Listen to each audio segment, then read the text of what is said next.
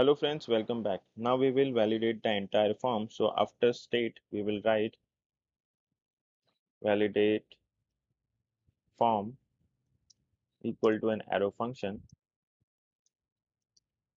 And here we will destruct user validate, email validate, password validate, and password confirm validate. Okay, so for that we need to write const and user name validate, email validate, email valid, then password valid, then password confirm valid equals to this dot state.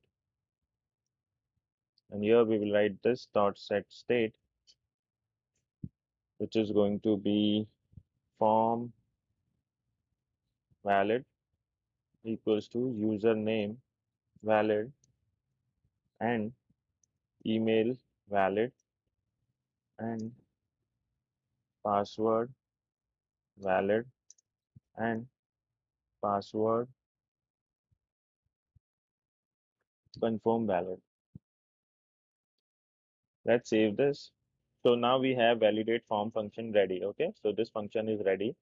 Now we need to set it in the input. So here after this, in this dot set state, after this line, we need to write this dot valid form. Okay, so let's copy this and we need to paste it everywhere in the input.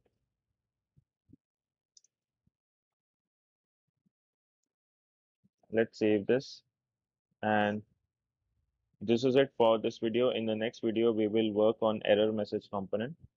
So I'll see you in the next video. If you like the video, please like, share, comment, and please subscribe to my channel. See you in the next video. Till then, take care and bye bye.